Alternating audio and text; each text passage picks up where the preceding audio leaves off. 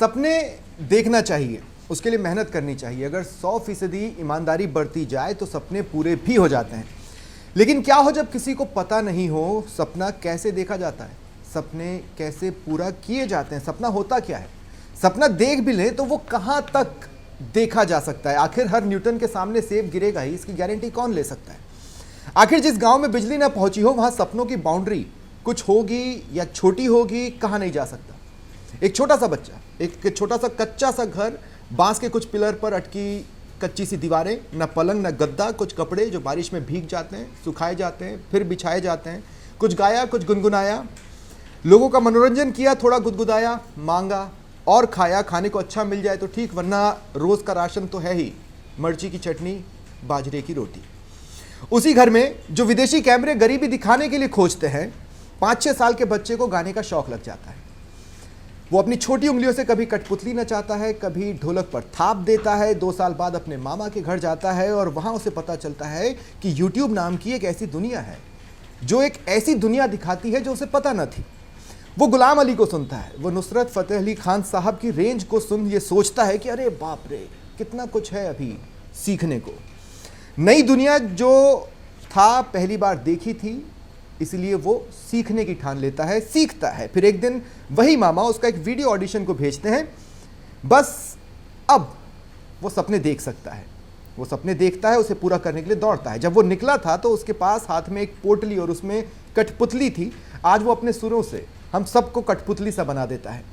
सच ही है, तोहफा होता है किसी के दिल को छू जाना, और वो इस तोहफे का जीता जागता उदाहरण है। वो है सवाई भाट, जिसकी मौसीकी से हो जाती है आशिकी एक झटके में। सहयोगी राखी सिंह के साथ मैं स्वप्निल रेड कारपेट पर उसी देसी सुरों के सुरताज का स्वागत करता हूं और सभी से कहूंगा न्यूज रूम में एक बार ताली बजाकर जोरदार तरीके से सवाई भाट साहब का स्वागत करें। और उनके साथ धीरज चौहान जी भी हैं। देखिए, कुछ कारिंदे ऐसे होते हैं जिनके बिना म्यूजिक कंप्लीट नहीं हो सकता और उन्हें साथ लेकर चलना बहुत जरूरी होता है। धीरज चौहान जी, आपका भी मैं स्वागत करता हूं। तो सवाई साहब सब कुछ बताया जी। सिर्फ एक बात मुझे पता नहीं चल पाई, आपका नाम सवाई आपकी माताश्री ने रखा या पिताजी ने रखा, और उसके पीछे क्या था ये सवाई नाम? मेरा नाम जब मेरा जन्म हुआ तो मेरा जन्म डीडवाना में हुआ था। ननिहाल भी आपका वहीं है? हाँ। मेरे ननिहाल में मेरा जन्म हुआ था। तो मेरे परिवार में, जैसे हमारे परिवार में मेरे 3 चाचा हैं, तो उनमें सब मेरे पापा सबसे बड़े हैं, तो सबसे बड़ा पोता ही मैं हूँ मेरे घर में।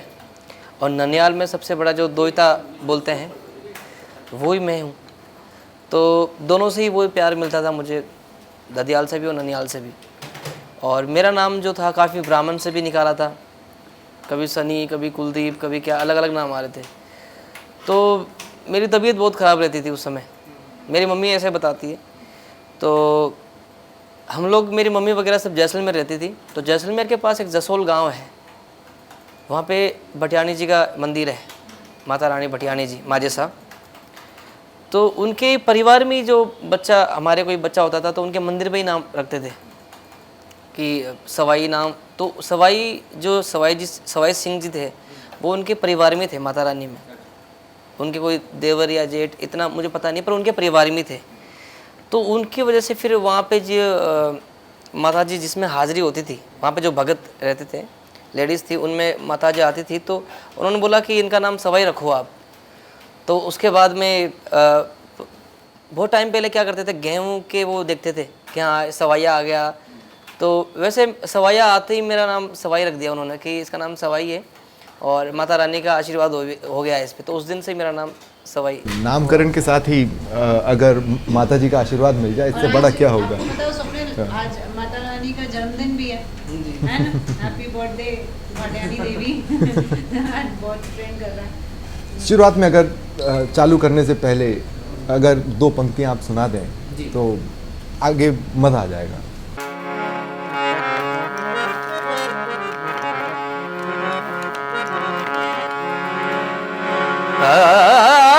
सोनारी धरती जठे चांदी रो आसमान,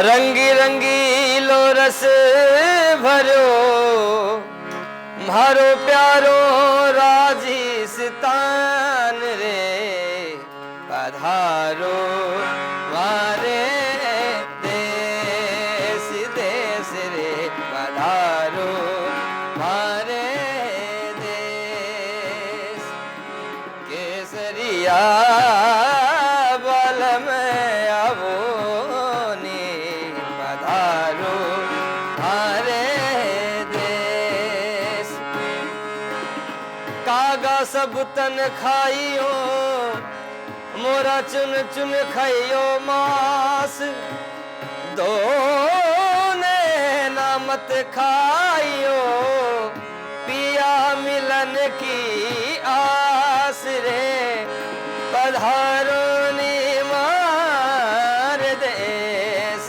जे पिया प्यारी रा ढोला आवो नी पधारो मारे देश देश रे पधारो मारे देश। वाह सवाई जी वाह। और धीरज भाई बहुत उम्दा है। छोटे बच्चे होते हैं, अब जैसे आपके गांव में तो बिजली भी नहीं थी, टीवी होने का तो सवाल ही नहीं उठता, रेडियो वगैरह अगर कोई बैटरी से सुन रहा हो तो सुन ले। लोकगीतों की एक खासियत होती है, वो वही कहते हैं जो आम आदमी सोचता है या जो भोला आदमी सोचता है। जब आप छोटे थे तो ऐसी कौन सी चीज़ थी जिसने आपको आकर्षित किया लोकगीत की तरफ?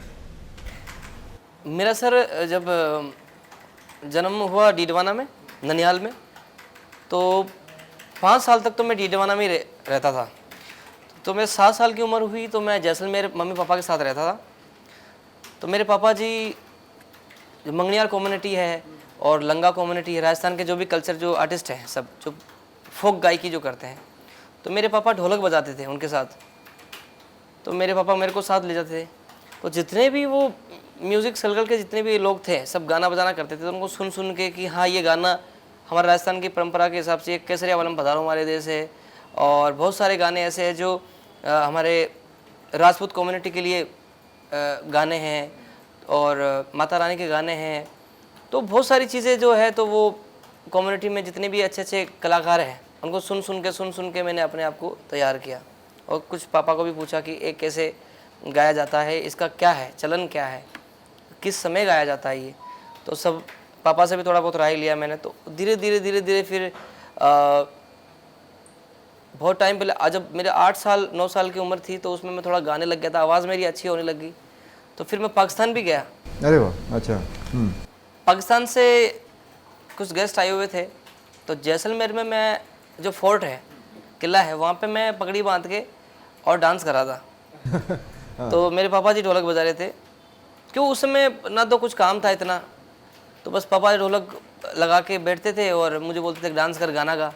तो मैंने छोटा निम्बुड़ा निम्बुड़ा ये गाना गाया, डांस करा था। जो गेस्ट आए हुए थे पाकिस्तान से घूमने के लिए, उस समय अलाउड था घूमना फिरना, तो आए वैसे भी सुर सरहद नहीं देखते। हाँ, तो वो घूमने के लिए आए थे, तो उन्होंने देखा कि ये बहुत अच्छा डांस कर रहा है। फिर उन्होंने बोला कि आप पाकिस्तान आओगे।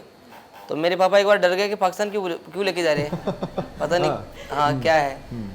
तो फिर वहाँ के कोई लोग जानकार हुए, उन्होंने उनके बारे में बताया। फिर वो काफ़ी टाइम 4-5 दिन तक मेरे को घुमाए, चॉकलेट देना और कपड़े लाना मेरे लिए। फिर दिल्ली से एक बस जाती थी पाकिस्तान, तो उन्होंने हमें उस बस से बुलाया लाहौर के लिए। तो पहले बार बुलाया तो फिर गाना सुना, फिर दूसरी बार बुलाया तो हमारा वो डर निकल गया कि ऐसा कुछ है नहीं वहाँ पे। तो क्योंकि वो लोग अलग लोग बना देते हैं कंट्रोवर्सी, पर वहाँ पे हम लोग गए तो कलाकारों के लिए बहुत इज्जत है वहाँ पे। हम लोग गए वहाँ पे, बहुत रिस्पेक्ट मिली, बहुत लोग सुने और अच्छे अच्छे कलाकारों से वहाँ पे मिला मैं। तो वहाँ पे जाने के बाद में फिर मैं वापस आया तो मोबाइल पे, मेरे मामा जी के मोबाइल में मैंने काफ़ी चीज़ें ऐसे नॉर्मल देखता था मैं। तो देखता था वो क्या करते थे कि नुसरत साहब को सुनते थे, मेहंदी हुसैन साहब को सुनते थे, गज़लों को उनको बहुत शौक़ था। और तो मेरे दादाजी भी जैसे भजन आर्टिस्ट है राजस्थान में, काफ़ी लोगों को सुनते थे, वो लता जी को सुनते थे। तो मैं देखता था कि ये जो गाने का जो जॉनर है, क्योंकि एक फील्ड को पकड़ के बैठना तो फिर सही नहीं है, एक जॉनर को पकड़ना, तो मैं क्यों ना मैं सब ट्राई करूं, गज़ल भी गाऊं, ठुमरी भी गाऊं, फोक गायकी तो है ही, वो तो नेचुरल है कि हम हमारे ब्लड में ही वो गाना बजाना जो है। ठुमरी की आपने बात की, और जिन सिंगर्स के नाम लिए, जैसे गुलाम अली साहब हैं, बहुत पक्के क्लासिकल सिंगर भी हैं। गज़लों में गज़ल सम्राट बोलते हैं उनको। सूफिज्म क्लासिकल के नियमों को नहीं मानता, वो एक अलग ही यॉनर हो गया जी। ठीक वैसे ही लोकगीत भी क्लासिकल के यॉनर को नहीं मानते। तो आपने यॉनर पकड़ा कैसे? मतलब ये तो देसी है, जो हमको गिफ्टेड है, जो हमें ऊपर वाले ने दिया है, उसको क्लासिकल के दायरे में न बांधकर स्वच्छंद छोड़ने का निर्णय ये बहुत कम सिंगर्स ले पाते हैं। सर ऐसा है कि सब गायकी का मोड अलग है सर। अगर मैं केसरिया बालम गा रहा हूँ तो इसमें हमारा राजस्थान दिखना चाहिए कि केसरिया बालम में राजस्थान की आवाज़, राजस्थान की गायकी और वो स्टाइल दिखना चाहिए। अगर मैं क्लासिकल गा रहा हूँ तो क्लासिकल अगर सीखा समझा आदमी रहेगा तो वो प्रॉपर क्लासिकल के हिसाब से गाएगा, अपना आलापकार करके, सरगम करके, वैसा वो ठाट बना के फिर वो गाएगा। हाँ बिल्कुल सही बात। और सूफी जो गाएगा वो सीधा ही हाई रेंज में जाएगा पहले। हाँ, जो हाई रेंज में जाके फिर उसके बाद में फिर वो स्टार्ट होगा, क्योंकि इनका सबका एक सप्तक अलग अलग है। अगर राजस्थानी गाएंगे तो ठुमरी का अंग थोड़ा सा आता है, और क्लासिकल गाएंगे तो एकदम अति तार मंदिर में जैसे स्टार्टिंग से धीरे धीरे धीरे धीरे धीरे खर्च से स्टार्ट होना पड़ेगा। तो फोक बीच में से उसको आप राजस्थानी जैसे ओल्ड, जैसे इलाई जिलाई बाई है बीकानेर जी की, बीकानेर से, तो उन्होंने मांड गायकी का बहुत सारे ऐसे मांड गायकी गाई है उन्होंने। फिर ठहराव से, तो ये जो अलग अलग जो बनाया हुआ है मैंने सबको सुना कि गायकी का जो मोड है, वो अंदाज है, वो अपने आप में बिठाना पड़ता है। अगर मैं क्लासिकल गा रहा हूँ तो उस समय मुझे एक आर्टिस्ट को देखना होगा कि अगर मैं गुलाम अली खान साहब की कोई गज़ल गा रहा हूँ तो मुझे अपने आप में उनको बिठाना पड़ेगा। एक सवाल है मेरा इसी से जुड़ा हुआ, बच्चा जो है कच्ची मिट्टी की तरह होता है, उसे जैसे ढालो वो ढल जाता है, और आप एक सटीक उदाहरण है। आप जिस माहौल में रहे, आप उसी माहौल को आगे लेकर के आज इस मुकाम पर है। लेकिन आपने कहा कि हर एक जोन अलग अलग होता है, उस ओनर को आपने सुना तो सबको, लेकिन आप कितना सही हैं उसको करेक्शन करने के लिए वो मास्टर जी कौन थे जिन्होंने आपको कहा कि हाँ सवाई तू ठीक जा रहा है, या फिर तुझे इतना और आगे करने की ज़रूरत है? ये अच्छा सवाल है आपका, क्योंकि देखो बिना गुरु के तो कुछ है ही नहीं। या आप अगर मेरे पापा ने थोड़ा बहुत सिखाया तो मेरे पहले गुरु मेरे पापा ही है। उसके बाद मैंने गुरु परंपरा के हिसाब से किसी से सीखा नहीं, पर मेरी संगत अच्छे कलाकारों में हुई। मैंने 10 साल की उम्र से ही मतलब अच्छे अच्छे उस्तादों के साथ मैंने ढोलक भी मैंने काफ़ी बजाई है, और संगत भी काफ़ी, कोरस में भी मैंने बहुत गाया है। और उस समय से मेरे जो एक बॉन्डिंग था अच्छे कलाकारों में था। कोई कथक के जो इनके फादर साहब हैं उनसे मेरा अच्छा बॉन्डिंग था। तो कथक जो जयपुर घराना है वो कथक घराना है, तो कथक के कुछ चीज़ें सीखनी, तो कुछ अच्छे फ्रेंड सर्कल से मैंने थोड़ा बहुत सीखा, इनसे थोड़ा बहुत ले लिया, थोड़ा बहुत इनसे ले लिया, ऐसे कर करके मैंने अपने आप को तैयार किया। ठुमरी हमारे देश में सबसे ज़्यादा अगर कोई सी फेमस है तो वो शोभा जी की गाई हुई याद पिया किया है, और मुझे लगता है उस ठुमरी को जितनी देसी आवाज़ में सुना जाए वो उतना ही मज़ा घोलती है। जी, तो एक दो लाइनें अगर आप याद पिया, उसकी बिल्कुल बिल्कुल।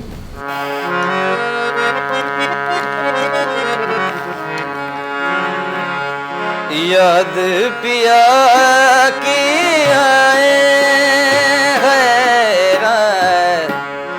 याद पिया की आए है, ये दुख सहा ना जाए है, याद पिया की आए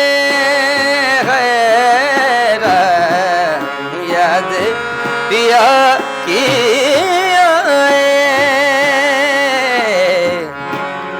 मेरी कोयलिया कूक सुनाए, मेरी कोयलिया कूक सुनाए, जो बन भी तो जाए हाय राम, याद पिया की आए है राम, याद पिया की आए है राम, याद पिया की आए।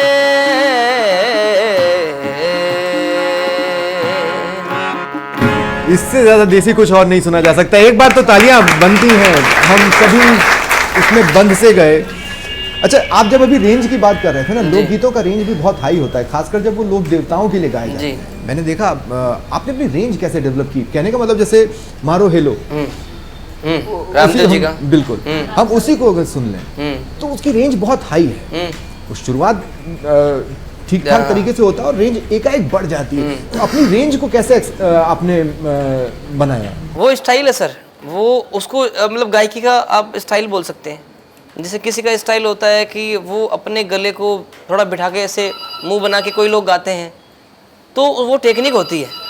अब जैसे अगर ये गायकी होगी, काफ़ी लोग जो गाते हैं वो टेक्निक का यूज़ करते हैं। मैं ये भी कह सकती हूँ कि जैसे डॉक्टर हर बीमारी की नब्ज जानता है, ऐसे संगीतकार बस बिल्कुल बिल्कुल वैसे ही है। जैसे अगर ये मैं पहले सुर से गा रहा हूँ तो पहले सुर से तबला सुर में मिला हुआ है। अगर मैं दूसरे सुर से गाता हूँ तो तबले के साथ थोड़ा बेसुरापन लगेगा कि वो मेल नहीं हो पाएगा। तो पहले सुर से सुर जो मिल जाएगा, उसके बाद आप उसमें कितना भी खेलो। अब भाई ये पहला सुर है, तो इसमें अगर मैं हेरुनी जेरा राजा अजय माल जेरा कमरा माता भेड़ा मेरा हेरानी ने तड़ेरा भरतार मारो हेलो सुनो जेरा मापी। अब इसमें ऐसे है सर कि मैंने इस सुर से गाया, अब इसमें गाऊंगा हे राम सा पीर थारी ओ वाह। अब वो ताल सब तक में चला गया, तो मैंने नीचे से गाया, पर जो सुर जहां बोलेगा वहीं गाना होना चाहिए। अगर ये सुर यहाँ बोला तो सुर की परख बहुत जरूरी है गाने वाले को। कोई दो राय ये नहीं। भी ये पढ़ाई भी कम, ये पढ़ाई का ही काम है, ये पढ़ाई का ही काम है। हाँ, जैसे भाई आपसे मेरा सवाल, जिस वक्त आप छोटे थे, मैं समझती हूँ कि उस वक्त आपकी ज़रूरतें परिवार की ऐसी थी कि आपको छोटे समय में ही आपके पिताजी के साथ में, जो आपके पिताजी कठपुतली के काम से जुड़े हुए थे, वो एक लौता साधन था आपके परिवार के लालन पालन का। आप जब वहाँ बैठते थे पापा के साथ में और आपके सामने से कितने बच्चे अपने फैमिली के साथ में घूमने आ रहे हैं, कुछ बच्चे खेल रहे हैं, सवाई पर जिम्मेदारी है परिवार की, पापा का साथ देने की पूरी इच्छा, लेकिन कहीं तो नज़र जाती होगी इस तरफ कि मैं भी ये करता काश, लेकिन मन में शायद कहीं कुछ और आगे के लिए सोच के रखा हो कि चलो ये दौर कटेगा और आगे दिन संवरेंगे। बिल्कुल मैम, देखिए घर की परेशानियाँ सबकी ज़रूरत रहती है, खाने की, पहनने की, घूमने की। सबको एक पसंद है कि हम लोग घूमें, हम लोग ये खाना खाए, ये कपड़े पहने। तो मेरा भी बचपन से ही बहुत शौक, घूमने का शौक रहा है और अच्छे कपड़े पहनने का। पर उस समय मतलब कुछ था नहीं। उस समय जो भी मांगने के लिए जाते थे, कोई 100 रुपये देता था, कोई 20 रुपये, कोई 50 रुपये, तो वो लगता था कि कोई 50-60 हज़ार रुपये मिल गया, मतलब ऐसा लगता था, ऐसी फील आती थी। क्योंकि उस समय 50 रुपये भी मुझे ऐसा लगता था कि मतलब बहुत है, पूरा दिन कट जाएगा मतलब। क्योंकि उस समय 2-2 रुपये में, 18 रुपये में, 1 रुपये में चॉकलेटें मिल जाती थी, 4-4 चॉकलेटें मिल जाती थी। तो वो टाइम मैंने देखा है। तो आज जो वो टाइम मैंने देखा है, आज वो टाइम में, आज सारा सक्सेस मेरे पास है। मेरे पास घर भी है, प्रोग्राम के भी पैसे कमाता हूँ, मम्मी पापा को भी अच्छा रखता हूँ। पहले से ज़्यादा बेहतर ज़िंदगी अच्छी है और काफ़ी लोगों का आशीर्वाद है, संत लोगों का आशीर्वाद है। तो काफ़ी चीज़ों में बदलाव आया। पर उस समय जब मेरा ऐसा मन होता था कि मुझे घूमना है, तो कोई नहीं, ऐसा कोई ले जाने वाला नहीं था कि आपको घुमा के लेके आता हूँ, या कपड़े पहनने तो कोई दिलाने वाला नहीं था। तो उस समय बहुत कष्ट देखा है। तो वो कहते हैं ना कि जितना भी परेशान होगे, स्ट्रगल करोगे, तो भगवान उसकी मेहनत का फल तो देता ही है। सिंगिंग रियलिटी शो के दौरान भी एक ऐसे ही दोराहे पर आप खड़े थे, जहाँ पर आपकी लाइफ का एक और स्ट्रगल दिख रहा था जी। जब आपने ये कहा कि मुझे मजबूरियों की वजह से शो को बीच में छोड़ना पड़ेगा। हाँ। अमूमन ये माना जाता है कि सिंगिंग रियलिटी शो में दिख गए अब तो भविष्य बनना तय है, ऐसा माना जाता है जी। लेकिन नहीं, भविष्य उसके बाद भी बनता है। वो क्या था जो उस वक्त आपको परेशान कर रहा था और उसके बाद स्ट्रगल कैसे बढ़ा? वो सारी परेशानी यही तो थी कि उस समय मेरा नाम नहीं था ना। उस समय इंडियन आइडल में नया ऑडिशन ही हुआ था मेरा, और फिर मैं इतना मतलब एजुकेटेड भी नहीं था। पढ़ाई का मेरा काम ही नहीं था, मैं तो गाने में खोया रहता कि गाना करना है, जो करना है वो गाना ही है मेन। तो स्कूल भी दूसरी क्लास में पढ़ा, स्कूल भी जाता था तो पढ़ाई की समझ में ही नहीं आती थी। जब मैडम बताती थी तो वो बस खाली देखता रहता था, पर गाना मेरा गुनगुनाता रहता था। वो माहौल भी अलग था। वो माहौल अलग था। और पर आज ये सोच रहा हूँ कि अगर थोड़ा बहुत पढ़ लेता तो और ज़्यादा अच्छा हो जाता। नहीं, षणमुख प्रिया अभी भी इंग्लिश सिखा रही है? हाँ, षणमुख ने थोड़ा बहुत बताया था, फ्रेंड सर्कल के हिसाब से थोड़ा बहुत सीख लेता हूँ। आप जैसे कुछ लोग होते हैं तो उनको पूछ लेता हूँ सवाल तो काम आ जाते हैं। और बाकी जो मेरा स्टार्टिंग में जो रह चुका है मेरा काम, कि आपने पूछा कि कैसे वो मोमेंट्स था, तो उस मोमेंट्स में मेरा ऐसा था सर कि मेरी मम्मी की तबीयत बहुत ख़राब थी और उस समय लोग मुझे बहुत देख रहे थे कि यार सवाई, अपना सवाई सब परिवार के, समाज के, राजस्थान में भी काफ़ी लोग मुझे जानते थे, तो सबने सपोर्ट किया। भाई छोटे से गांव से सवाई बट देखो आज कहाँ पहुँचा हुआ, सब सपोर्ट कर रहे थे। वोटिंग भी हाईएस्ट थे मेरे, पर वहाँ पे वोटिंग का ऐसा है नहीं, क्योंकि अगर वोटिंग है तो वोटिंग दिखाओ आप, वोटिंग नहीं है ना वहाँ पे, वो सब रहता है उनका। पर आपके बाहर होने पे कंट्रोवर्सी भी बनी थी, बहुत से फैंस का ये कहना था, नाराज हो गए थे हाँ, काफ़ी लोग नाराज़ हो गए थे कि भाई आप जब गा रहे हो, इतनी मेहनत कर रहे हो तो आपको। और जब मुझे एलिमेंट भी किया था तो उस समय पवन और हम दोनों को ही खड़ा किया था, क्योंकि हम ऑडियंस की नज़र में हम दोनों ही विनर हैं। पर यह था कि मैं इस बात को मानता हूँ कि हार जीत तो होती रहती है, पर इंडियन आइडल का मैं शुक्रगुजार इसलिए हूँ कि उस मंच की वजह से मुझे आज ये जगह मिली, पहचान मिली। और वो मंच मेरे लिए बहुत, मैं उसको सलाम करता हूँ कि उस मंच की मैं कदर करता हूँ। और बाकी जो है वो आपसे कुछ छुपा हुआ नहीं है और सब लोग आप जानते हैं।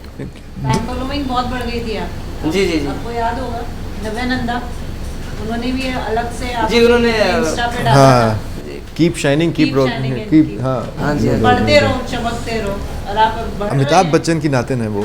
जी अच्छा, जी, खास बात ये भी है कि आप देखिए, रेखा, फिल्म अभिनेत्री रेखा उनके सामने भी गाना गाया था। खुद अपने हाथों से पनीर की सब्जी। रोटी का कौल तोड़ पनीर की सब्जी के साथ आपको खिलाए, ये अपने आप में एक मोमेंट होता है। बिल्कुल, बिल्कुल। या फिर जैकी श्रॉफ ना, उन्होंने डांस कठपुतली किया। को लेकर आपके सामने जी, जी। आ जाएं और आपके साथ जी। नाचने लगे, वो भी उस गाने में जो किसी उन्हीं की फिल्म में एक बार हाँ। आया हुआ है। ये बहुत टिपिकल। अच्छा, ये दोनों अलग अलग मूड के गाने थे। जब आपने रेखा जी के सामने गाना गाया, वो मैं आज भी महीने में कम से कम 4 बार घर में यूट्यूब पर सुनता हूँ। ओह, क्या बात है। तो अगर आप वो 2 लाइन सुना सर। देते हैं तो लाइव सुनने का ये एक अलग बिल्कुल सर। एक्सपीरियंस होगा। 4 दिन दा प्यारो रब्बा, बड़ी लंबी जुदाई, लंबी जुदाई, होठों पे आई तेरी याद, क्यों आई है लंबी जुदाई। 4 दिन दा प्यारो रब्बा, बड़ी लंबी जुदाई, लंबी जुदाई। एक तो सजन मेरे पास नहीं रे, दूजे मिलन दी कोई आस नहीं रे, दूजे मिलन दी कोई आस नहीं रे। उस पे ये सावन आया, उस पे ये सावन आया, आग लगाई है लंबी जुदाई। 4 दिन दा प्यारो रब्बा, बड़ी लंबी जुदाई, लंबी जुदाई। बाकी एक बात बताना चाहता हूँ मैं, इनका परफॉर्मेंस हो गया था और तब रेखा जी ने कहा कि मेरी एक फरमाइश है। आप सोचिए, आप उनकी खुद की भी म्यूजिक की समझ है और अच्छी समझ है। जी बिल्कुल बिल्कुल। और उन्होंने ये पहचाना कि इस आवाज़ को सुनने के बाद दिल में कुछ चुभेगा, एक कसक सी उठेगी। मैंने कहा ना, ये तोहफा होता है कि आप किसी के दिल को छू ले जाओ, और वो कूट कूट कर आप में भरा हुआ है, इसमें कोई दोहराई नहीं है। मैं खुद भी उनको देख के रोने लग गया था, क्योंकि किसी को हम ज़्यादा कोई देखते हैं टीवी पे, देखते हैं बचपन से देखते हैं कि सोचा भी नहीं हो। सोचा ही नहीं था कि ऐसा हो भी सकता है क्या, वो अपने हाथों से खाना खिलाएगी क्या, ये पता ही नहीं था। इतने बड़े स्टार मतलब क्यों, तो उनका एक भाव था मेरे लिए। तो उन्होंने बोला कि जो आपने गाया है, और मैं कभी ये छोटी सी ज़िंदगी में रोती नहीं हूँ, पर जो आपने गाया ना ये मुझे रुला दिया, तो ये भगवान की प्रसाद समझती हूँ मैं। तो मेरे लिए बहुत बड़ी एक बात है कि ऐसे बड़े बड़े आर्टिस्ट, बड़े बड़े कलाकारों ने मुझे आशीर्वाद दिया, और जैकी श्रॉफ जी ने और बड़े बड़े और लोगों ने। मैंने एक परमानंद जी महाराज जो वृंदावन में, मेरा एक वीडियो वायरल भी हुआ था, वो रोने लग गए। मैंने मन लागो मेरो यार फ़कीरी में गाया तो वो रोने लग गए, और उन्होंने बोला कि आज ये लाडली जी का आशीर्वाद हुआ आपके ऊपर, तो आप वृंदावन में गा रहे हो। हम भी रोने को तैयार हैं अगर मैं आपको सुनाता हूँ हाँ। कबीरदास जी की एक भजन। मन लागो मेरो यार फकीरे में, मन लागो मेरो यार फकीरे में, मन लागो यार फकीरी में, मन लागो यार फकीरी में, मन लागो मेरो यार फकीरी में, मन लागो मेरो यार फकीरी में। कबीरदास जी ने बोला है कि कबीर खड़ा बाजार में है मांगत सबकी खैर, ना किसी से दोस्ती ना किसी से बैर, भला बुरा सबकी सुन लीजिए, भला बुरा सबको सुन लीजिए, कर गुजरान गरीबी में, मन लागो मेरो यार फकीरी में, मन लागो मेरो यार फकीरी में।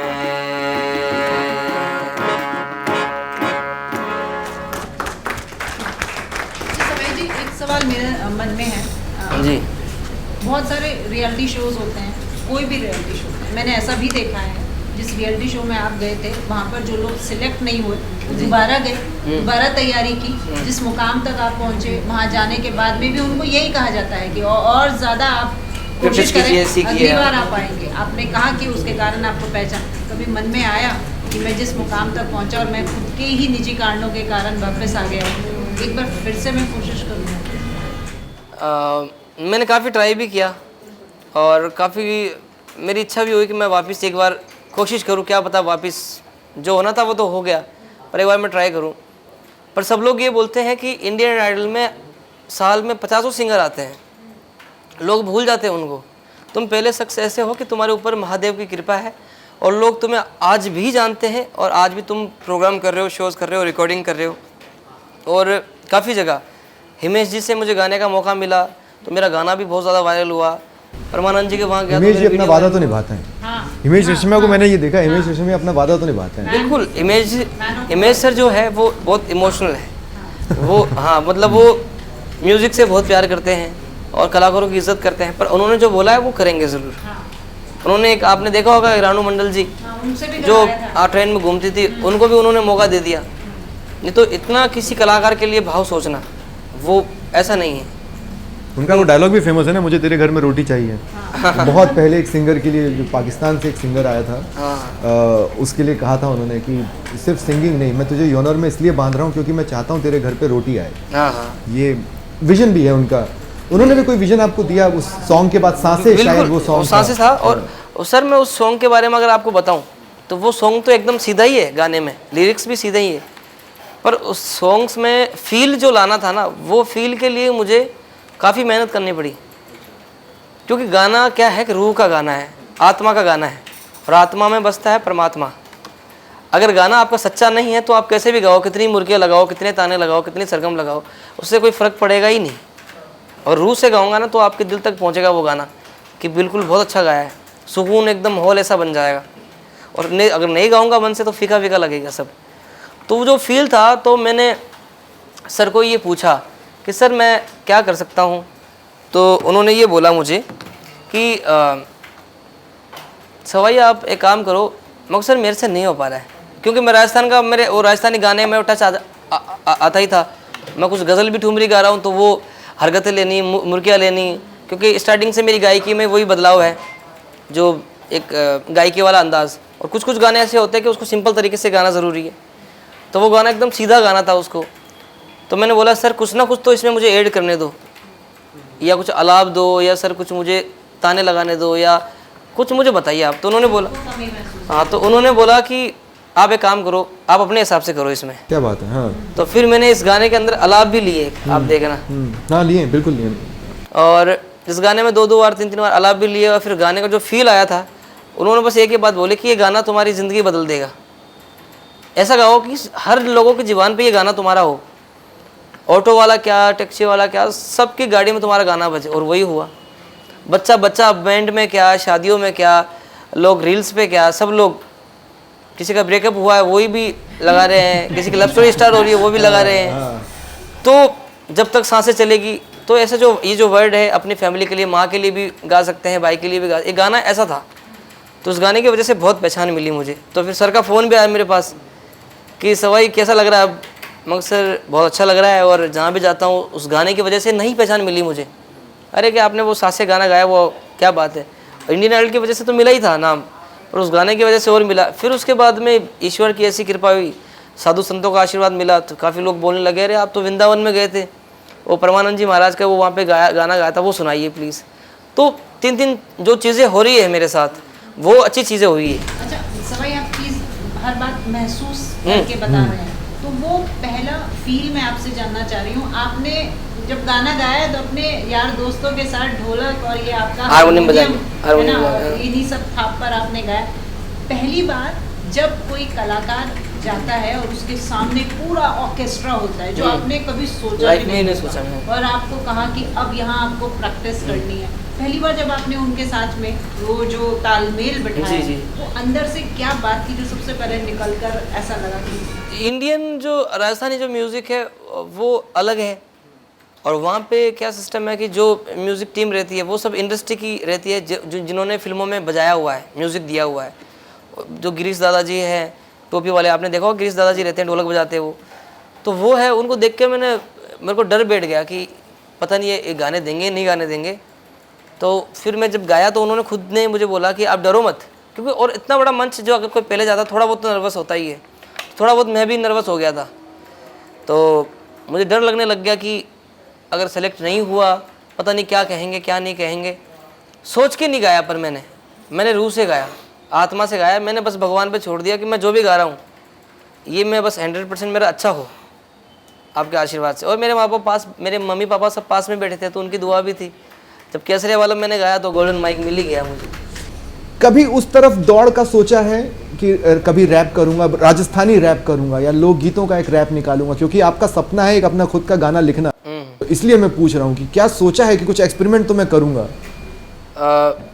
एक्चुअली सर मैंने आपको बताया था ना कि गाना तो सब टाइप का करना चाहिए, उसमें कोई बुराई नहीं है, सब जोन को ट्राई करना चाहिए, पर गाने का हिसाब देखना पड़ता है कि ये गाना मूड का है कि नहीं है। अच्छा, कभी ऐसा लगता है कि कोई भी कार्यक्रम हो, ये वाला मैं ज़रूर सुनाना चाहता हूँ, ये मेरे सबसे करीब का सॉन्ग है, ये मेरा सबसे फेवरेट है, वो मैं ज़रूर सुनाना चाहता हूँ, वो कौन सा है? या वो सुना पाएँ जो सवाई का फेवरेट हो, जो सवाई स्पेशल हो। मैं तो सर ज़्यादा कर तो मैं बचपन से ही ज़्यादा मतलब माड़, गज़ल, ठुमरी, तो ये ज़्यादा गाता हूँ मैं।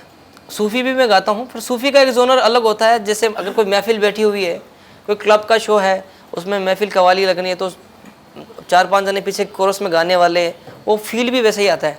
अगर क्लासिकल गा रहा हूँ तो उसमें सारंगी हो गई, तबला हो गया, हारमोनियम हो गया, बस ये इंस्ट्रूमेंट, 3 इंस्ट्रूमेंट बहुत है उसमें। नहीं, स्वप्निल जी जो कह रहे हैं वो मैं समझ रही हूँ। प्रोग्राम खत्म होने के बाद में कहीं आपके मन में आए कि अरे मैं वो आपको जरूर सुनाता, ऐसा कोई गाना? वो समझ गया मैं कि वो मेरा चॉइस क्या है, मतलब मेरा टेस्ट क्या है, वो जो मेरा टेस्ट है वो मैं आपको सुनाता हूँ। हाँ।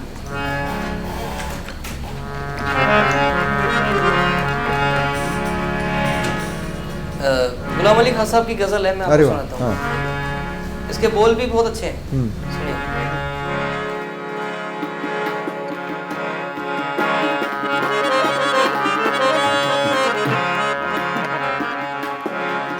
देखिए, जल गया सारा बदन इन मौसमों की आग में, जल गया सारा बदन इन मौसमों की आग में।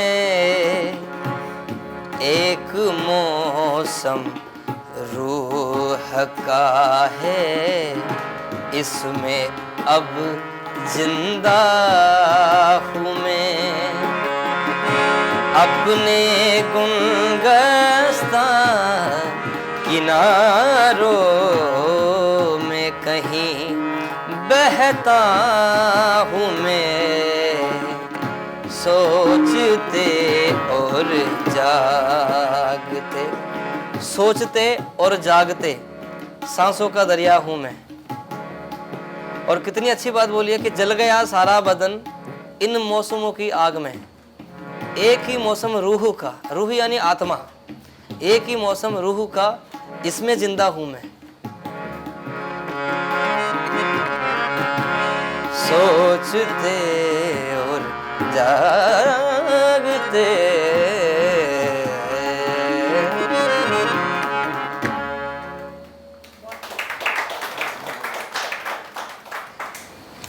वो सर कहते हैं ना कि लोग बोलते हैं कि आप लड़ाई झगड़े से कुछ नहीं होता, बोल के घाव जो भरते हैं ना वो कभी ज़िंदगी में भी नहीं होते सही। किसी ने आपको बोल दिया उस ज़ुबान से, जो ज़ुबान है जो वो अच्छी भी बहुत है, वो बुरी और बुरी भी बहुत है, तो उस ज़ुबान से अगर मीठे स्वाद निकलना और वो आपको ऐसे बयां कर रही है कि जैसे अगर समझ लो कि एक ही मौसम रूह का, उसमें ज़िंदा हूँ मैं, वो मतलब सारा मैंने आपको बता दिया कि जो गाना है मेरा ये रूह का गाना है, इसमें डूबा हुआ हूँ मैं। इसके अलावा ना तो मुझे कुछ अदर करना है, ना कुछ आगे करना चाहता हूँ मैं। जैसा कोई अच्छा गाना मिलेगा मेरी रूह का तो उसको मैं अपने स्टाइल से ही करना चाहता हूँ। सूफ़ी मिलो, ठुमरी का कोई मिलो, राजस्थानी मिलो, कोई अच्छा गाना मिलो, उसको मैं करूँगा। लव सॉन्ग मिलो, उसको भी करूँगा। पर जो आप बता रहे हो वो हिप हॉप, क्या बोलते हैं उसको, hip hop, pop culture pop वगैरह, हाँ। वो उसमें जाना ही नहीं चाहता मैं, वो कभी करना ही नहीं चाहता हूँ। दूसरा कोई कर पर लेगा आप तो अपने मैं गाने लाएंगे तो उसको में वीडियोस तो बनाने होंगे। अब वीडियोस का भी एक तरह का ट्रेंड चलता है कि खूब सारी लड़कियों को डांस करवा लो या उनके बीच में सिंगर हीरो की तरह खड़े हो जाए, वो सब तो नहीं है सोचों में अभी। सर मेरा मतलब मेरी सोच ही ऐसी है कि मैं जैसे बड़े गुलाम अली खान साहब ने, नुसरत साहब ने, आज वो सब लोग डांसिंग वाले भी गाने गाते थे, दमादम मस्त कलंदर देख लीजिए, ये सब डांसिंग सॉन्ग ही है। पर इसके अलावा उनका एक कव्वाली का स्टाइल था, उन्होंने अपने स्टाइल को पकड़ के रखा। वो क्लासिकल भी गाते थे, ठुमरी भी गाते थे, गज़ल भी गाते थे, पर उन्होंने, उनका एक फ़न ऐसा हो गया कि सूफ़ी आना। तो मेरा ऐसे मैं चाहता हूँ कि मुझको लोग ये जाने कि सवाई भट्ट राजस्थानी भी गाता है, फोक भी गाता है, सूफ़ी भी गाता है, क्लासिकल भी गाता है, ठुमरी भी गाता है, तो सारे मिक्स में गाता है। पर वो जोनर है ना, वो हमारी दुनिया है ही नहीं। हमारी दुनिया ये है, अच्छे कलाकारों के साथ गाना है, थोड़ा ही गाओ पर गाना सुकून से। बहुत पहले राजस्थान के ही एक सिंगर ने एक रियलिटी शो में ये कहा था कि हमारे देश में ही हर जॉनर को गाने वाले एक से एक उम्दा कलाकार हैं, आप पाकिस्तान से आर्टिस्ट क्यों लाते हैं, ये उन्होंने कहा था। लेकिन इसके बावजूद भी इंडिया के आर्टिस्टों को खोजने की जगह हम जो ऑलरेडी फेमस नेम है उनको खोज लेते हैं। आप इस पर क्या सोचते हैं? अब जैसे बॉलीवुड में एक पर्टिकुलर यूनर, आपके यूनर पर मैं बात कर लूँ तो गिनती के 10 या 12 ऐसे चेहरे होंगे जो उस लेवल पर गा रहे हैं जिस लेवल पर आप हैं। हाँ सर, वो ऐसा ना कि कंट्रोवर्सी बहुत चल गई। अब अगर मैं बोलूँ तो भी सही, अगर नहीं बोलूँ तो भी वो अदर ले जाएगी कोई बात, काफ़ी लोग ले जाते हैं। मैं ये मानता हूँ कि आप मौका दीजिए, मौका तो दो एक बार, जब आपको भी पता लगेगा कि वो गा सकता है कि नहीं गा सकता है। नहीं गा सकता है तो कोई बात नहीं, आप किसी और से गवा लेना, पर उसको मौका तो दो। आपके यूनर के गाने बॉलीवुड में आ रहे हैं, इसलिए मैं पूछ रहा हूँ। काफ़ी जगह क्या होता है कि मुंबई में नहीं, हर जगह कभी जो फिल्म इंडस्ट्री है उसमें ऐसा ही होता है कि आपसे पहले गवा लिया और उसके बाद क्या है कि कोई अच्छी वोकल मिल गई और ज़्यादा, जिसका कोई नाम हो, आपसे भी ज़्यादा नाम हो, तो उससे गवा लेंगे। अब उस पर क्या बीतरी होगी जिसने इतनी इच्छा के साथ वो गाया है, ये सोचिए, है ना, इच्छा के साथ उसने गाया। कितना मैंने अपनी आंखों से देखा काफ़ी सिंगरों को कि ऐसा होता है। ऑटो ट्यून ने भी काफ़ी बर्बाद किया है सिंगिंग। हाँ, काफ़ी लोग ऐसे होते हैं, जैसे अगर समझ लो कि मैं गा रहा हूँ, मुझे बोल दिया कि आपको फिल्म में गाना मिल जाएगा और आपको ये गाना आपका ही है, आपको गाना ही है। मैंने उसको रिकॉर्ड अच्छे से कर दिया, परफेक्ट कर दिया। अब वो म्यूज़िक डायरेक्टर के ऊपर होता है या फिल्म डायरेक्टर के ऊपर होता है कि वो उसको किसको, कौन से सिंगर को वो करना चाहते हैं। तो पहले टाइम ऐसा नहीं था कि कोई भी सिंगर गा सकता था, किसी भी लिप सिंक एक्टर कर सकता था। अब क्या है कि एक्टर की वजह से सिंगर को चूज़ करना पड़ता है। अगर सलमान खान अगर एक्टिंग करा तो राहत फ़तेह अली खान का वॉइस डाल देंगे। सलमान आपके फेवरेट है वैसे? मेरे फेवरेट है। और तो राज साहब की सूफियाना आवाज़ को मैच करेंगे। और अगर जैसे कोई भी एक्टर का जैसे आप उठा के देखिए, इमरान हाशमी की कोई पिक्चर अगर आप देखोगे तो उसमें मोहित चौहान के गाने है ना, इस टाइप के गाने, के जी इनके भी गाने हैं। तो काफ़ी सिंगरों को मैंने देखा है कि वो अभी क्या है कि वो जैसा आदमी एक्टर है उसकी हिसाब से ही गाना बना रहे हैं। अब वो पता नहीं, अब जैसे मेरा गाना जो टोन है गाने का, मैं सारे गा लेता हूँ, पर काफ़ी लोगों का यही मानना है कि सवाई बट फोक गायकी में ज़्यादा बेस्ट देता, अपना 100% देते हैं। सब तो गा लेता हूँ मैं, पर 100% अपनी फोक गायकी में अगर मुझे कोई गाना मिलेगा तो फोक स्टाइल में मिलेगा, ये मेरा मानना है। अब मैंने जब तक सांसें गाया है वो एक बॉलीवुड स्टाइल है, पर उसमें भी मैंने अपना राजस्थानी लुक लगाया है, इसलिए। जब तक सांस चलेगी, वही गाने की बात कर रहे हैं ना, तो सुना भी दीजिए, हम समझ भी जाएंगे। बिल्कुल बिल्कुल, वो उसमें गाना सीधा ही है, पर उसमें फील मैंने आपको बताया थोड़ा बॉलीवुड टच मैंने उसमें डाला, पर उसमें फील ऐसा आ रहा है कि एक राजस्थान का मिट्टी की खुशबू भी आ रही है उसमें, तो वो मैं खोना भी नहीं चाहता हूँ। क्योंकि दिखना तो जहाँ का हमारा कल्चर है वो दिखना ज़रूरी है। अगर स्वरूप खान है, इंडियन आइडल में आपने देखा होगा, स्वरूप खान जो पीके पिक्चर में भी गाना गाया उन्होंने, उनके काफ़ी एक पीके पिक्चर में आयो रे सर की छोकरो मेहमान है, तो ये राजस्थानी जॉनर का गाना है। अरे टर की छोकरो आयो रे बन के मारो मेहमान। अब मामे खान जी को गाना मिला, हमारे हिवड़ा में जागी जोगणी, ये भी फोक स्टाइल का गाना है। तो सिंगर के हिसाब से क्या है कि राजस्थानी आर्टिस्ट को राजस्थानी हिसाब का ही गाना मिल रहा है, उन्होंने सीखा ही शुरू से वही है, वही सीखा है राजस्थानी फोक को दमादम मस्त कलंदर छाप रियलिटी तिलक। शोज में जितनी तारीफें मिलती हैं, बड़े बड़े म्यूजिक डायरेक्टर्स आते हैं, बड़े बड़े सिंगर्स आते हैं जजेस बनकर, और जिस तरह से तारीफें देते हैं, ऐसा लगता है कि बॉलीवुड में काम के लिए बस गेट खुलने ही वाला है, लेकिन फिर वैसा होता दिखता नहीं है। इसलिए कि उस टाइप के गाने नहीं बन रहे हैं या फिर कारण कुछ और है?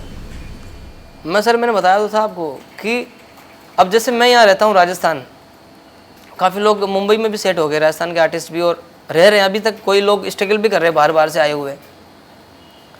सलमान अली को आप सभी लोग जानते हैं, वो मेरे बहुत अच्छे मित्र हैं, बहुत अच्छे। और हमारा जोनर भी एक सूफ़ी का जोनर है, तो हाई रेंज के हिसाब से रेंज भी हम लोगों की काफ़ी लोग बोलते हैं कि सेम मिलती है। तो आपने देखा होगा कि सलमान खान की पिक्चर में उनका गाना आया था आवारा, ये गाना था उनका।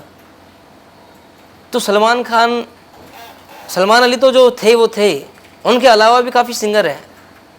क्या सलमान अली उनके आवाज़ पे सलमान खान की वॉइस पे मैच हो सकते हैं? वो नहीं हो सकते। पर क्यों?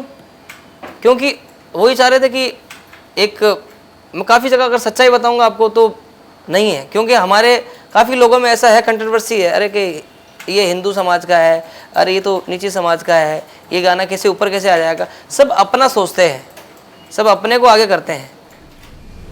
अच्छा, ये कास्टिज्म वाला और ये रिलीजियस वाला भी एक बैकड्रॉप है सर, ऐसा ही है। मतलब एक लंबी चौड़ी लिस्ट होती है, चेकलिस्ट बनाई जाती है, अगर कोई व्यक्ति उसमें सब में राइट होगा तो वो आपके करीब होगा, नहीं तो नहीं होगा।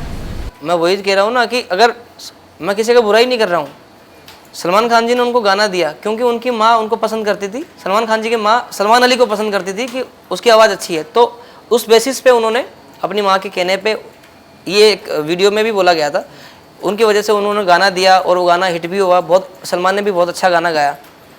पर ये कंफर्म तो ना कि कोई और पिक्चर बनेगी तो सलमान को ही गाना वैसा ही गाना मिलेगा, पर वो हाई रेंज वाला ही गाना मिल सकता है लोग, क्योंकि वो नीचे खरज वाला तो गला है ही नहीं उनका, हाई रेंज वाला गला है। वो राज साहब की तरह लाइक खुले में गाने वाले, हाई रेंज है बचपन से उसकी, तो जब हाई रेंज वाला कोई गाना मिलेगा तो सलमान को मिल सकता है। अब उसमें 4-5 सिंगर आ जाएंगे और सारे राज साहब भी आ जाएंगे और भी बहुत सारे जो हाई रेंज में गाने वाले, सबकी लिस्ट निकाली जाएगी कि ये कौन गा सकता है, सबसे गवा लेंगे, ये रूल्स है, सबसे गवा लेंगे हाई रेंज वाले से। अब उसमें से किसका अच्छा हो रहा है टोन, उसको रख लेंगे। पर बाकी वाले जिन्होंने मेहनत करी उनका क्या। स्वप्निल, अपने साथ काम करने वाले भी इंतजार कर बिल्कुल रहे हैं बिल्कुल कि हमें भी मौका मिले। हाँ। इनकी भी कुछ फरमाइशें हैं जी। सवाई, कुछ सवाल हैं आपसे, न्यूज़ रूम वाले भी पूछना चाहते हैं। स्वाई, सबसे जब से मैंने इंडियन आइडल देखा है, इंडियन आइडल जो 10 का सीज़न था उसमें सबसे पहले सलमान अली जिन्होंने परफॉर्मेंस दी थी स्टार्टिंग में, उसके बाद में आए सनी हिंदुस्तानी, उन्होंने दी।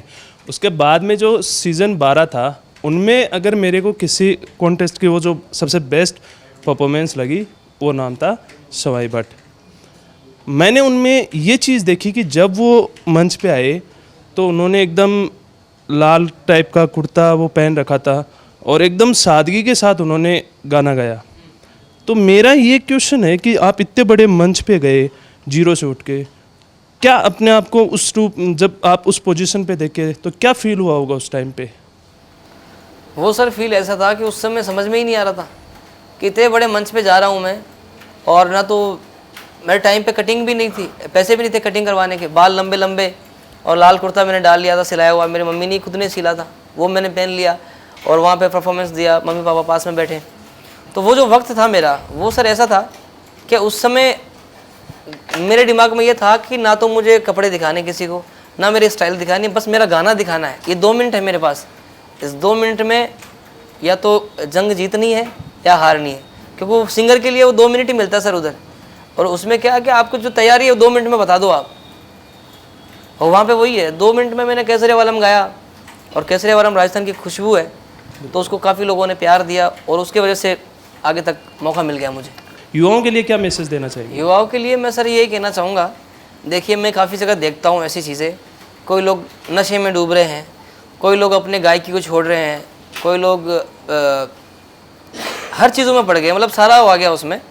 तो मैं कहता हूँ कि हर चीज़ करने की एक लिमिट होती है, और उस लिमिट को पार मत कीजिए, ना तो किसी को ठेस पहुँचाइए, ना किसी को आप तकलीफ़ दीजिए। भगवान ने भी ये लीला इसलिए नहीं रची है कि आपको ठेस पहुँचाने के लिए आप, या भगवान ने ये बोला कि इंसान को एक इंसानियत के नाते एक दूसरे की मदद करनी चाहिए, ठीक है, किसी के लिए बुरा सोचना नहीं चाहिए, किसी के लिए बुरा करना नहीं चाहिए। सवाई, मेरा आपसे सवाल है, पिछले साल आप वृंदावन गए थे, वहाँ पे महाराज जी से मिले थे, आपकी वो संगीतमय प्रस्तुति थी, काफ़ी महाराज जी भावुक हो गए। उस वाक़ये के बारे में मैं जानना चाहता हूँ थोड़ा, कि आखिर वो क्या था। प्रेमानंद महाराज काफ़ी, उनकी जो सत्संग होते हैं वायरल होते हैं, तो आपसे उनसे मिले थे, वो वाक़या थोड़ा जिक्र करिए। परमानंद जी के महाराज जी के बारे में आप पूछ रहे हो, तो परमानंद जी महाराज जो है कि सबको, युवा है या बूढ़े बुजुर्ग है, सबको अच्छा मैसेज पहुंचा रहे हैं वो, और अच्छी बातें कर रहे हैं भगवान के प्रति, और अच्छे लोगों को मतलब अपने भक्ति भाव से समझा रहे हैं कि आप कोई गलत ना करें, अपने लाइफ में अच्छे रहें, मम्मी पापा की सेवा करें, परिवार को अच्छा रखें सब लोग। पर क्या है कि उन्होंने एक बात भी ये बोली है कि कोई आपका है ही नहीं, ये स्वार्थ की दुनिया है, एक कलयुग है। इस कलयुग में आपको बोलना क्या है, करना क्या है, वो आपके ऊपर, आपको बस पहचानने की बात है। सर को पहचानना है, सर कैसे इंसान है, उनसे वैसे बात कीजिए।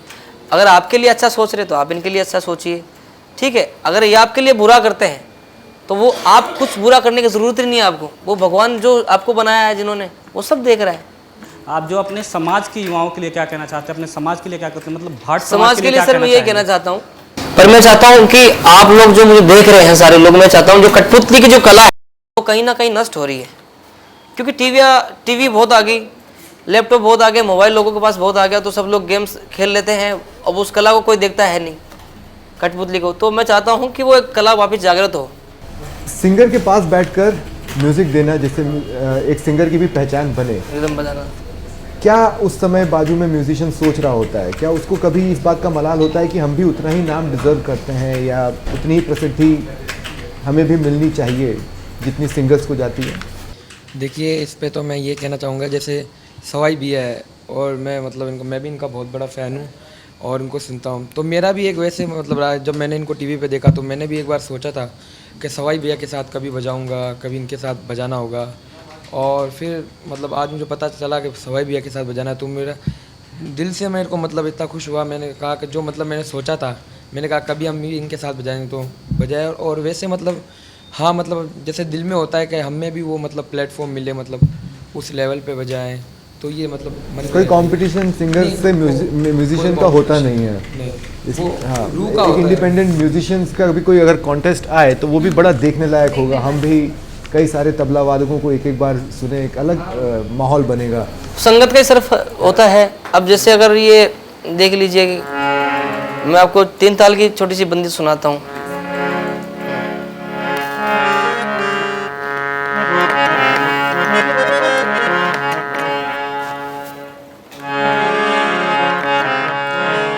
रे याली पिया बिन सखी रे याली पिया बिन सखी कलना बरत मोहे घड़ी पल चिन दिन रे याली पिया बिन पिया बिन पिया बिन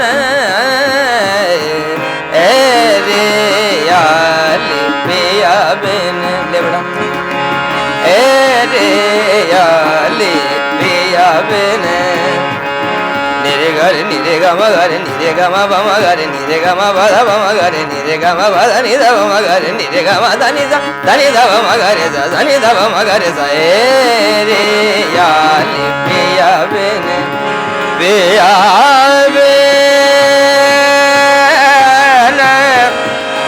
पिया बिन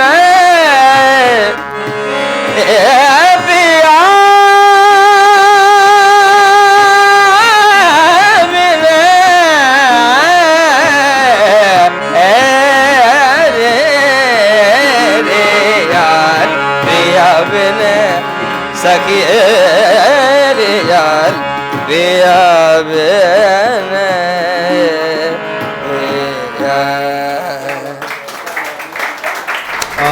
मैं आपके मन की बात समझ सकती हूँ। आप बहुत ज़्यादा इन्वॉल्व हो जाते हैं क्योंकि खुद इस से जुड़े हुए हैं कहीं ना कहीं, लेकिन समय की बाध्यता है सुखनी। बिल्कुल। और मैं ये कहूँगा सवाई भाई कि मैं दिल से इस बात को मानता हूँ कि कला को शहर की ज़रूरत नहीं होती है, शहर को कला की ज़रूरत होती है। और आपसे मिलकर, आपसे बात कर मेरा इस पर और ज़्यादा विश्वास बना है। बहुत बहुत शुक्रिया आपका भी और तमाम दर्शकों का हमारे साथ जुड़ने के लिए। ये था रेड कारपेट, और रेड कारपेट पर थे सवाई, इस बार हमारे साथ सवाई भाट। और मुझे पूरी उम्मीद है आपने उनके बारे में कुछ नया जाना होगा, समझा होगा। बहुत बहुत शुक्रिया। जब तक सांसें चलेंगी तुझको चाहूंगा यार, पर भी गया तो भी तुझे करूंगा मैं प्यार, पर भी गया तो भी तुझे करूंगा मैं प्यार। जब तक सांसें चलेंगी तुझको चाहूंगा यार, जब तक सांसें चलेंगी वाह वाह।